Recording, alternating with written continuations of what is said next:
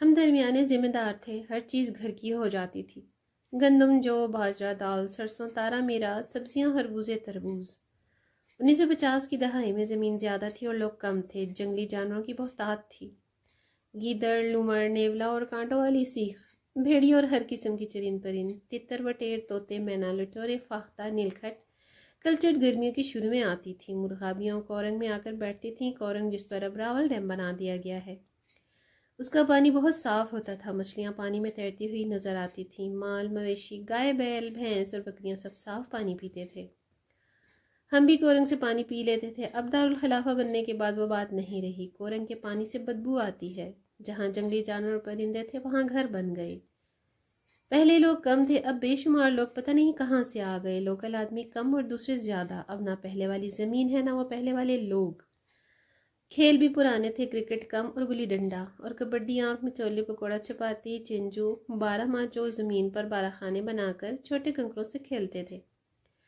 Ludo اس کی جدید شکل ہے، غرض بہت سارے کھیل تھے جن کو کھیل کر مزہ آتا تھا۔ گاؤں کی چاروں طرف ہماری زمینیں تھیں، کورنگ کی طرف جاؤ تو ہماری زمین، خوب نہاتے تھے، صاف پانی تھا، مچھلیاں بھی پکڑتے تھے، دوسری طرف جنگل اور کھڈے اور ٹوبے، یعنی زمین کی سطح ہموار نہیں تھی۔ گاؤں کے آس پاس بھی زمین تھی جس کو لپاڑا کہتے تھے، مکئی اور گندم زیادہ ہوتی تھی، جہاں آج کل فضائیہ کالونی ہے ادھر بھی ہماری زمینیں تھیں۔ دالیں وغیرہ بہت ہوتی تھیں، ایک طرف ساون کی فصل ہوتی تھی جیسے مکئی، جوار، باجرہ، دالیں، سبزیاں اور خربوزے اور تربوز وغیرہ رہتے تھے، اور دوسری طرف گندم اور جو ہوتی تھی۔ سرسوں نزدیک والی زمین میں ہوتی تھی جس سے تیل نکال کر استعمال ہوتا تھا، اونچے ٹبوں پر تارا میرا، جس کو ہم جہاں یعنی کڑوا تیل کہتے تھے، اس کے بیج پھینک دیتے تھے اور بارش میں خود بخود پیدا ہوتا رہتا ہے۔ کلہوں کا بیل، ہم سرسوں اور تارا میرا یا کڑوا تیل بہت اگاتے تھے۔ اس کے 2 فائدے تھے، ایک تو جانوروں کے لیے زبردست قسم کی خوراک جس کو کھل کہتے تھے، میں اور میرے بھائی کو والد صاحب کوئی 10 کلو دانے ایک بوری میں ڈال کر دیتے تھے کہ جاؤ اور بالے تیلی کی کہانی سے تیل نکلوا کر لے آؤ۔ ایک کنستر بھی ساتھ لے جاتے تھے، تیلی سرسوں یا جماع کے بیج لکڑی کے بنے ہوئے کولہوں میں ڈال کر ہمیں کہتا کہ تم بیل کے پیچھے ایک لکڑی کے اوپر بیٹھنے کی جگہ ہوتی تھی، وہاں بیٹھو اور بیل کو ہانکتے رہو، کولہوں سے تیل ایک طرف کنستر میں ڈلتا رہتا، اور کھل ہمارے مویشیوں کے لیے بوری میں ڈال کر گھر لے آتے تھے۔ والد صاحب کرم داد گجر سے 400 روپے کی بہت اچھی بھینس لے کر آئے تھے۔ کرم داد گجر والد صاحب کا دوست تھا، اس نے 10 روپے واپس کیے، یہ 1956 کی بات ہے، اب تو ان پیسوں میں 4 درجن انڈے بھی نہیں ملتے۔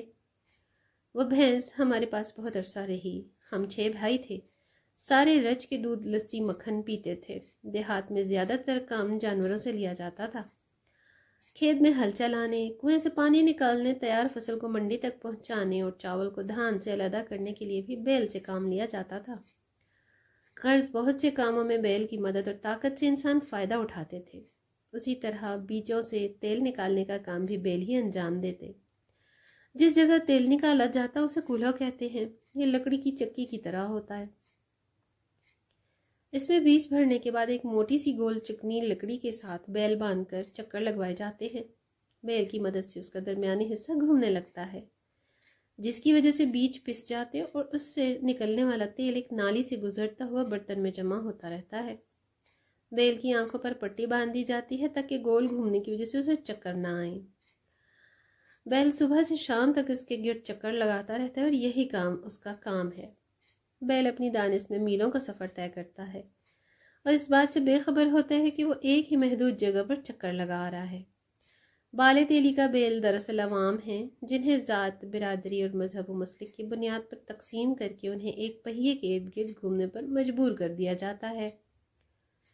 جس طرح بیل آنکھوں پر پٹی باندھے کولہوں کے گرد گھومتا ہے اور اسے اپنی قوت کا ادراک نہیں ہوتا، اسی طرح عوام، ذات، برادری، قبیلے اور مسلک میں بٹے رہ کر ایک مشترکہ جد و جہد کی راہ ہموار نہیں کر پاتے۔ موجودہ سیاسی نظام میں یہ سیاسی جماعتیں نئے نام کے ساتھ میدان میں آتی ہیں، میرٹ کی بالادستی، عدل و انصاف اور ترقی کا نعرہ لگاتی ہیں، لیکن اس نظام کو بدلنے کے دعوے دار وہی پرانے رہنما ہوتے ہیں جو نسلوں سے عوام کے معاشی استحصال میں مصروف عمل رہے۔ بیل سے کولہو چلا کر سرسوں سے تیل نکالنے کا طریقہ صدیوں پرانا ہے، جو آج کے جدید دور میں خال خال ہی نظر آتا ہے۔ آج بھی دیہات میں سر پر تیل لگانے یا اچار میں ڈالنے کے لیے کولہوں کے تیل کو ہی ترجیح دی جاتی ہے۔ ہماری مرحوم ماں اس تیل کو میٹھا کر کے ساگ اور پراٹھے پکاتی تھی۔ ان دنوں گیس تو نہیں تھی۔ ہماری والدہ مٹی کے چولہے پر بڑی سی کڑاہی میں تیل ڈال کر نیچے لکڑیوں کو آگ لگا دیتی تھی۔ لکڑیاں ہمارے اپنے کھیتوں میں پلاہی کی ہوتی تھی۔ ساری رات آگ جلتی رہتی تھی، کمرہ بھی گرم رہتا تھا اور کڑوا تیل میٹھا ہو جاتا تھا۔ یہ عمل عام طور پر سردیوں میں ہوتا تھا۔ پانی والی جگہ جہاں بارش کا پانی کھڑا ہو جاتا تھا وہاں سن، جس کو سوتری کہتے ہیں، پٹسن سے ملتی جلتی تھی۔ اس کی چھال سے ہم چارپائیاں وغیرہ بناتے تھے۔ ایک طرف انسان کے خونی رشتوں سے اعتبار کے اٹھ جانے اور دوسری طرف تیزی سے ترقی کرتے ہوئے سماج میں طمع، حرص اور لالچ ہے۔ بے شک مصنوعی کھادوں کی مدد سے حاصل کیے جانے والا اناج کبھی بھی خالص مٹی کا سینہ چاک کرنے والی فصل کا نعم البدل نہیں ہو سکتا۔ پہیے کے چلنے سے ترقی کا عمل تیز ضرور ہوتا ہے، مگر انسان کی طمع اور لالچ میں اضافہ اور مصنوعی زندگی نظر آتی ہے۔ اس زمانے پولوشن نام کی نہیں تھی، گاؤں میں بجلی نہیں تھی، نانی کی کہانی اور ہماری انٹرٹینمنٹ تھی۔ گاؤں میں کوئی مشین نہیں تھی، ہوا صاف ستھری تھی، شور شرابہ نہیں تھا، گھڑی وقت بتانے کے لیے کسی گھر میں تھی۔ وقت کا اندازہ سورج سے لگایا جاتا تھا یا ریل کو دیکھ کر کہ یہ ڈاک ریل ہے، گاڑی ہے، یا جو روزانہ 2 بجے دن کو گزرتی تھی اور شام 5 بجے کے ڈبے آتے تھے جن کے آگے کالا کوئلے والا انجن ہوتا تھا، یا صبح 9 بجے ایک ریل کار گزرتی تھی۔ آبادی کم ہونے کی وجہ سے ریل کی آواز چکلالہ ریلوے اسٹیشن سے سنائی دیتی تھی۔ ریلوے لائن 1880 میں 1890 میں انگریزوں نے بنائی تھی۔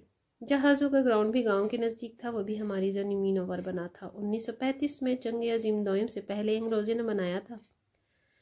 جہاں جہاز کبھی کبھار فکر آتا تھا ہم گراؤنڈ کے اندر چلے جاتے تھے۔ دارالخلافہ بننے کے بعد 1964 میں کچھ آمد و رفت زیادہ ہوئی۔ لیٹرین کھیتوں میں تھی، نہانے کے لیے مسجد جانا پڑتا تھا، کپڑے دھونے کے لیے کورنگ میں مائیں بہنے جاتی تھیں۔ 1948 سے 1970 میں پیدا ہونے والے ہم خوش نصیب لوگ ہیں، کیونکہ ہم وہ آخری لوگ ہیں جنہوں نے مٹی کے بنے گھروں میں بیٹھ کر پریوں کی کہانیاں سنی۔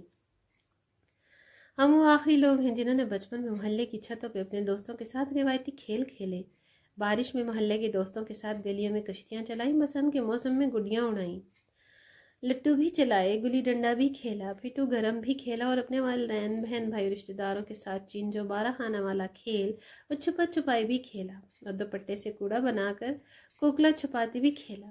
ہمارے جیسے تو کوئی بھی نہیں۔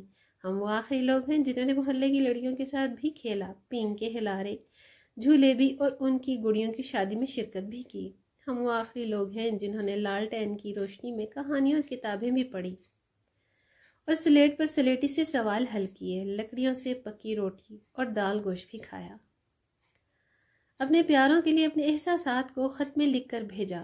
ہم وہ آخری لوگ ہیں جنہوں نے ٹاٹوں پر بیٹھ کر پڑھا، بلکہ گھر سے بوری توڑا لے کر اسکول جاتے اور اس پر بیٹھتے۔ 3 کلاس تک شیشم کے پیڑ کے نیچے کلاس لگا کر پڑھا، تختی بھی گاچی سے دھوئی اور قلم بنا کر سیاہی سے لکھی، پینسل سے لائنیں لگا کر گنتی بھی لکھی اور پہاڑے بھی لکھے۔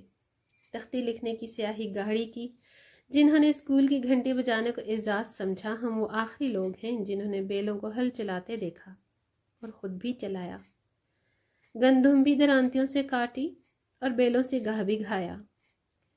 ہم وہ آخری لوگ ہیں جنہوں نے مٹی کے گھڑوں کا پانی پیا، بغیر بجلی کے ٹیوب ویل دیکھے نہائے، نالوں دریاؤں میں تیرا اور غوطے بھی کھائے، اور مچھلیاں کنڈیاں لگا کر پکڑیں، محلے گاؤں کے درخت سے بیر اور امرود بھی توڑ کر کھائے، پڑوس کے بزرگوں سے ڈانٹ بھی کھائی، لیکن پلٹ کر کبھی بدماشی نہیں دکھائی۔ ہم وہ آخری لوگ ہیں جنہوں نے عید کا چاند دیکھ کر تالیاں بجائیں اور گھر والوں، دوستوں اور رشتہ داروں کے لیے عید ملنے بھی گئے، اپنے ہاتھوں سے عید کارڈ لکھ کر بھیجے۔ ہمارے جیسے تو کوئی بھی نہیں، کیونکہ ہم وہ آخری لوگ ہیں جو محلے کی ہر خوشی اور غم میں ایک دوسرے سے کندھے سے کندھا ملا کر کھڑے ہوئے۔ ہم وہ آخری لوگ ہیں جو گلے میں مفلر لٹکا کے خود کو بابو سمجھتے تھے۔ ہم وہ دل فریب لوگ ہیں جنہوں نے دلیپ کمار اور مدھو بالا کی ناکام محبت پہ آنسو بہائے، اور اکمل، کمال سدھیر، علاء الدین اور نیلو فردوس اور نغمہ کی فلمیں شوقین سے دیکھی، ریڈیو سے پوچھہاری پروگرام اور گیت سن کے خوش ہوئے، آپ کی فرمائش میں خط لکھ کر پسند کا گانا سنا۔ ہم وہ آخری لوگ ہیں جنہوں نے ٹی وی کے اتنے اینٹینے ٹھیک کیے، فلم دیکھنے کے لیے ہفتہ بھر انتظار کرتے تھے۔ ہم وہ خوش نصیب لوگ ہیں جنہوں نے رشتوں کی اصل مٹھاس دیکھی،